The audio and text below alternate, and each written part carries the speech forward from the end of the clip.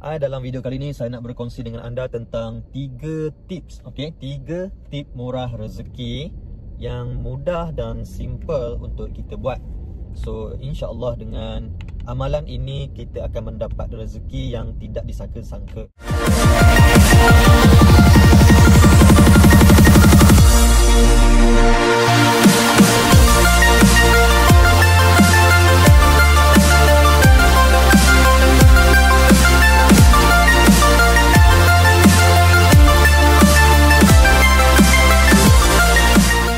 Saya sekarang dalam perjalanan untuk pergi breakfast.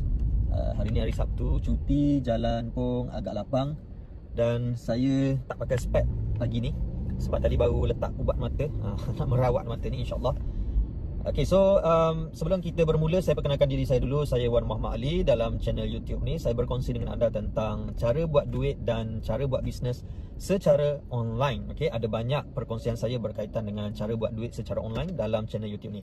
So kalau anda berminat dengan info-info berkaitan yang saya sebutkan tadi untuk buat duit, nak belajar buat duit secara online, jangan lupa tekan button subscribe dan tekan loceng untuk pastikan anda mendapat notification apabila saya update video-video yang baru. 3 amalan murah rezeki yang saya amalkan, okay, yang saya amalkan, dan saya amalkan tu pun adalah daripada situasi yang pernah melanda saya lebih kurang 10 tahun, 9 tahun yang lalu. Ketika tu saya berada di Lembah Kelang, okay, saya duduk di sana. Sekarang ni saya duduk di Terengganu, saya tinggal di Terengganu. So waktu struggle, okay, struggle bisnes ditutup, okay, tiada pekerjaan waktu tu, dan saya berkongsi hari ni disebabkan sekarang adalah musim PKP. Saya dengar banyak kes-kes yang orang kehilangan kerja, orang tiada sumber pendapatan, banyak berlaku, dan benda ni pernah berlaku kepada saya sendiri lebih kurang 10-9 tahun yang lepas. Okay, tidak ada kerja, duduk di tempat orang, okay, nak pinjam pun tak ada kawan, okay, dan memang struggle lah, okay, memang struggle. Duit yang ada di tangan pun cukup makan. So tapi masih mampu menyara keluarga pada waktu tu. Walaupun kita mempunyai jumlah keluarga yang ramai, lebih kurang 7-8 orang. Macam saya cakap tadi lah, dia rezeki datang tanpa disangka-sangka. Okay, rezeki datang, Allah bantu kita dengan rezeki yang kita sendiri pun tidak sangka, dan kita tidak tahu kadang-kadang mana datang benda tu. Dan alhamdulillah kita boleh survive. Okay, kita boleh survive. 3 amalan yang saya amalkan adalah, yang pertama sedekah. Okay, yang pertama sedekah. So sekarang ni ada timbul lah isu macam orang Terengganu panggil menganjing. Menganjing ni contoh dia macam ni. Hutang ataupun zakat adalah wajib. Okay, so utamakan yang tu dulu sebelum sedekah. Okay, sebab ramai orang yang bersedekah untuk murah rezeki, tapi zakat dia tak bayar, ataupun hutang dia tak bayar lagi.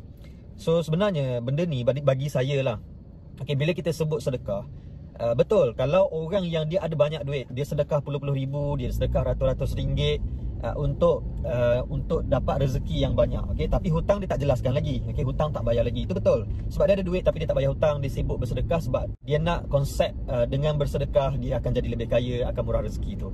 So saya setuju. Tapi bagi orang yang pada waktu tu dia terdesak, dia tak ada duit, okay, macam mana? Apa maksud saya sedekah tu? Sebenarnya apa yang saya maksudkan adalah sedekah RM1 sehari.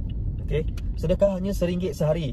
Dan kadang-kadang masa saya buat tu, saya tak ada duit langsung, saya korek duit dalam kereta, dalam poket dan di mana-mana lah. Cari RM1, okay, cukupkan RM1 dan saya masukkan dalam tabung surau, tabung masjid. Sebab kadang-kadang kita ada RM2, so kita nak buat apa sangat RM2 kan, beli roti pun kadang-kadang tak lepas. Jadi tak apalah, kita pegang RM1 lagi, kita sedekahkan. Okay, kita kena yakin macam tu. So benda ni jadikan sebagai amalan dan istiqomah. Okay, walaupun RM1 sehari, sebenarnya dia bukan soal berapa ringgit kita sedekah tu. Dia soal kita nak mendidik diri kita menjadi lebih istiqomah. Okay, istiqomah dengan bersedekah.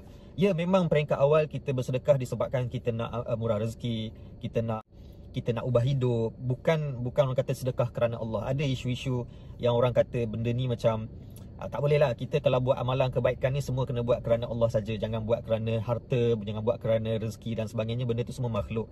Ya betul, saya setuju juga. Cuma bukan semua orang mempunyai tahap keimanan yang sama, tahap kefahaman yang sama. Jadi mereka kena mula dulu, mereka kena belajar dulu. Sama dengan konsep pakai tudung. Okey, pakai tudung, ada orang kata alah baik tak payah pakai tudung kalau tak ikhlas ataupun bukan kerana Allah, sekadar nak cantik-cantik, baik tak payah pakai tudung. Tak, kena pakai.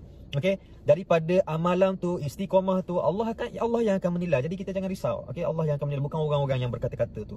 So kita didik diri kita untuk cuba, okey, cuba sedekah RM1 sehari. Okey, sampai masa kadang-kadang kita rasa sedih, kita rasa nak menangis sebab RM1 sehari pun kita tak boleh nak bagi kepada surau, kepada orang yang lebih susah dan sebagainya. So kita akan usahalah cari. Jadi bila kita usaha cari untuk memberi kepada orang yang lebih susah, memberi kepada tabung kebajikan surau, masjid dan sebagainya, Allah akan bantu kita untuk mencukupkan rezeki kita. Kadang-kadang saya pun tak pasti, kadang-kadang macam daripada dulu saya terfikir, mana datang rezeki ni? Mana datang? Aku tak bekerja, okey? Aku tak bekerja, aku hanya berniaga, aku hanya mencari apa ni? Macam saya banyak buat bisnes secara online saja. Saya tak keluar jumpa orang, saya tak keluar menjual produk, saya tak buat benda-benda tu semua. Saya hanya guna internet sahaja, guna platform media sosial, website dan sebagainya saja. Tapi rezeki tu sentiasa datang. Kadang-kadang kita tak sedar daripada mana dia datang. So benda macam ni, macam saya cakap tadi, rezeki yang tidak disangka-sangka, dan Allah cukupkan untuk kita, untuk keluarga kita, apabila kita berusaha untuk memberi kepada orang lain, membantu orang lain, ataupun memberi untuk tabung kebajikan masjid dan sebagainya. Okey, itu yang pertama. Yang kedua, okey, yang kedua adalah amalan sunat duha. Okey, sembahyang sunat duha. Sembahyang sunat duha ni, apabila kita nak sembahyang sunat duha, kita kenalah bangun awal pagi. Ramai orang yang dia keluar bekerja, keluar pergi berniaga dan sebagainya, memang dia bangun awal. Tapi orang-orang macam saya hanya bekerja daripada rumah. Okey, bekerja menggunakan internet. Okey, daripada awal dulu, daripada belas-belas tahun dah saya macam ni. So mungkin ada yang bertanya ataupun rasa saya ni buat channel YouTube berkaitan dengan cara buat duit secara online. So saya ni siapa? Saya ni memang buat duit secara online ke tak? Ya.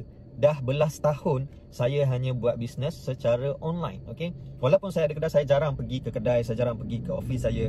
Saya banyak buat bisnes secara online. Dan kalau kedai saya tak ada, ditutup ke apa semua ke, alhamdulillah, insya-Allah saya masih boleh jana pendapatan secara online tu. Sebab tu saya buat channel YouTube berkaitan dengan buat bisnes dan buat duit secara online. So orang-orang yang macam saya mungkin, okey, yang duduk di rumah, yang bekerja sendiri, dia boleh bangun ikut suka hati dia dan sebagainya. So rezeki ni dia masuk di awal pagi. Okay, so kalau katakanlah kita tak keluar, kita tak ada kerja pun, kita bangun awal pagi, kita solat duha. Okay, solat duha 4 rakaat. Okay, 4 rakaat ni bukan 4 rakaat tu serentak, dia 2 rakaat, 2 rakaat. Jangan buat 2 je. Okay, kita tunjukkan kesungguhan kita. Saya ada dengar ustaz-ustaz berkata Nabi solat 4 hingga 8 solat duha. Okey, so kita tak mampu nak buat banyak sangat, kita amalkan yang 4 tu. Okey, amalkan daripada sekarang, yang mana belum buat, amalkan daripada sekarang. Dan macam saya cakap tadi juga, bukan kita buat tu memanglah kita nak rezeki murah, kita nak nak dunia lah orang katakan, bukan kerana Allah. Tapi inilah saatnya untuk kita belajar istiqamah membuat amalan. Yang penting jangan buat kerana orang. Okay, kalau buat kerana yakin benda-benda gaib, benda-benda seolah-olah Allah akan murahkan rezeki, maksudnya kita yakin dengan Allah. Kita buat tu sebab kita nak ubah hidup. Sebab apa? Sebab kita minta dengan Allah, kita yakin dengan Allah. Itu tak ada masalah. Yang masalah kita pergi buat solat sunat duha sebab nak tunjuk kat orang. Pergi sembahyang ketika pergi dekat surau-surau yang ada orang, nak tunjuklah aku ni solat sunat duha. Tu tak boleh. Yang tu memang tak dikira sebab kita buat kerana manusia. Bila kita buat kerana Allah, okay, benda-benda yang gaib, macam walaupun benda tu adalah makhluk, rezeki adalah makhluk, nak ubah hidup, benda tu adalah sesuatu makhluk yang mana yang Allah yang bagi, bukan Allah. Bukan kita buat tu kerana Allah, tapi adalah makhluk Allah. Tapi kita minta dengan Allah, maksudnya benda-benda yang gaib, benda-benda yang tak nampak, kita minta, kita buat kerana yakin dengan Allah. So tak ada masalah yang tu. Yang masalah adalah bila buat untuk menunjuk kepada orang. Jadi inilah masa untuk kita belajar istiqamah, okey, dan buat amalan tu. So walaupun akan datang rezeki dah masuk ke, kita dah senang ke dan sebagainya, jangan tinggalkan amalan-amalan ni. Okey, jangan tinggalkan sebab kita ingat bila kita dah selesa dan sebagainya, kita dah buat benda tu adalah kerana amalan, kerana Allah. Okey. Yang ketiga adalah amalan solat jemaah. Okey, solat awal waktu, solat jemaah di surau ke di masjid ke, tak kisahlah.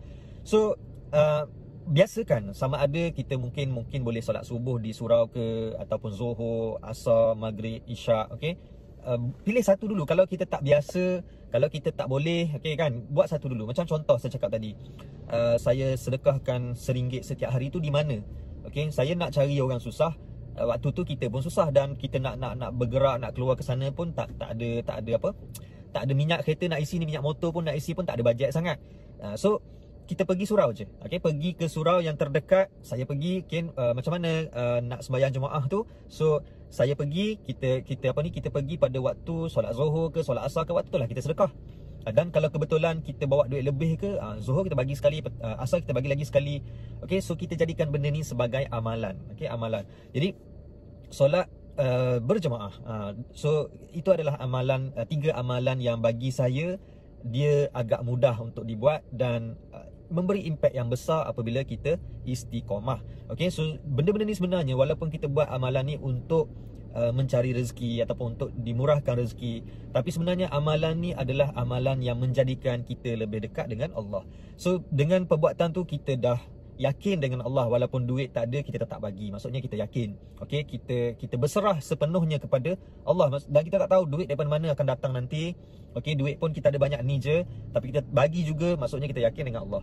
So Allah akan bantu kita insya-Allah. Yang kedua, bila kita buat amalan solat, okey, sunat duha, dan benda ni bukan satu kewajipan, tapi kita dah mula menambah amalan-amalan. Okey, daripada dulu kita tak ada amalan-amalan sunat. Okey, amalan-amalan solat sunat, kita dah mula ada amalan solat sunat. Okey, yang ketiga, solat jemaah. Daripada dulu kita tak solat jemaah, kita dah mula solat jemaah. So benda ni kita dah mula makin dekat dengan Allah. Okey, jadi bila kita dekat dengan Allah, Allah akan tolong kita. Allah akan tolong orang-orang yang dia sayang. Okey, kalau kita rasa makin berat, ujian makin berat pun tak ada masalah, sebab kita makin dekat dengan Allah. Okey, kita makin dekat. So seterusnya ada banyak lagi amalan-amalan lain seperti buat baik dengan ibu bapa, minta doa dengan ibu bapa, solat sunat tahajud malam-malam, okey, bangun berzikir, istighfar, banyak lagi lah. So yang tu anda boleh cari amalan-amalan murah rezeki daripada ustaz-ustaz yang lain. Saya bukan ustaz, saya just berkongsi amalan yang saya buat, dan alhamdulillah memberi banyak impact dalam hidup saya lah. Yang terutamanya kita tak nak cerita pasal kaya ke, pasal murah rezeki ke tak, tapi kita nak cerita tentang Allah mencukupkan kita. Okay? Allah mencukupkan perjalanan hidup kita, keluarga kita. Allah sentiasa memberi rezeki dan memudahkan kita dari masa ke semasa, insya-Allah. Okay, so sekian saja daripada saya. Saya harap anda dapat sesuatu daripada perkongsian ini, dan amalkanlah apa yang saya kongsikan sebentar tadi. Sama ada kita senang ataupun kita susah, tak jadi masalah, sebab kita nak lebih dekat dengan Allah. Okey, tu matlamat kita yang utama. Sekian saja daripada saya. Assalamualaikum. Jangan lupa tekan button subscribe dan tekan lonceng untuk pastikan anda mendapat notification apabila saya update video-video yang baru. Jumpa lagi.